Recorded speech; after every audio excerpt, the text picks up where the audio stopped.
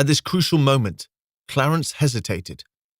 Our scouts and foraging parties reported that Angers was strongly held, and he dithered over whether to press on and lay siege or fall back to some convenient bastion.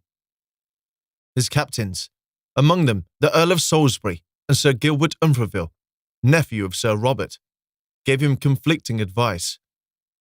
As a mere knight baronet, I ranked too low to offer an opinion, but was all for pushing on to Angers. King Henry would not have hesitated, regardless of the strength of the garrison. The Duke, however, was not his brother. "We will fall back," he said at last, after several hours of head-scratching and bitter argument, "and consider what is best to be done." What is best to be done? It was a phrase full of ill omen, and reflected the uncertainty of his mind. You know only too well, O Sultan, how a general must be decisive and allow no time for doubt to creep into the hearts of his officers. The furrowed brows and dark looks on the faces of men like Umfreville and Salisbury, both far abler soldiers than their chief, filled me with anxiety. The army turned around and made camp at Buffon-en-Velay. Our men would have marched a great deal faster had we known that an enemy host was advancing west from Tours to block our line of retreat to Normandy. A word on the enemy. Desperate for allies after the loss of Normandy and Paris, the beleaguered Dauphin had begged for help from Scotland.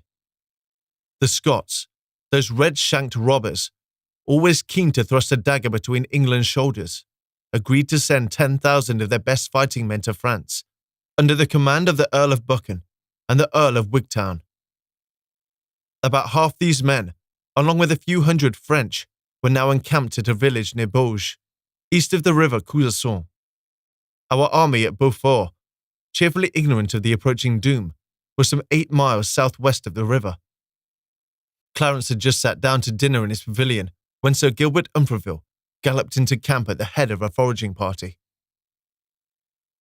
As was his habit, the Duke had invited his nobles and some favoured knights to share the meal. Despite my lowly status, I was also invited. A few shreds of popular fame still clung to me.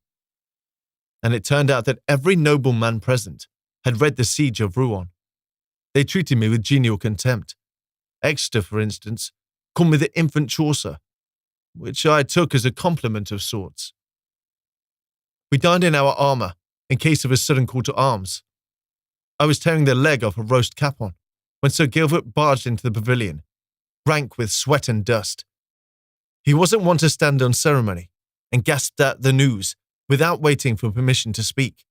"The enemy, your grace," he panted. "They are up in force west of the Couesson, barely an hour march away." Clarence, whose narrow features were already flushed with too much wine, shot to his feet. The burst of excited chatter from his nobles died away as he wiped his mouth. "How many?" he demanded. His entire body quivered, like a hound about to be unleashed on a fox, and there was a gleam in his eyes that made my heart skip. Sir Gilbert paused for breath.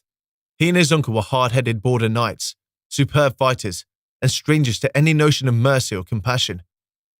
Both were thoroughly hated by the Scots, whom they raided and slaughtered with impunity. Scottish vengeance on the Umfrevilles was fast approaching.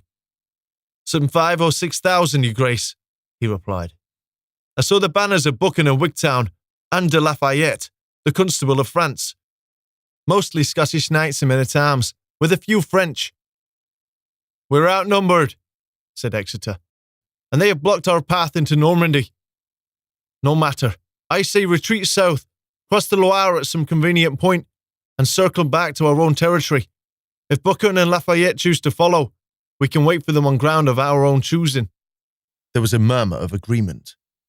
I was relieved at Exeter's calm, good sense, and the support he had from his peers. All save Clarence, whose voice was the only one that counted.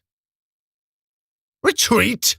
he exclaimed in a tone of high-pitched indignation, "and allow the Dauphin to boast that his men caused the banners of England to fly before them. Never!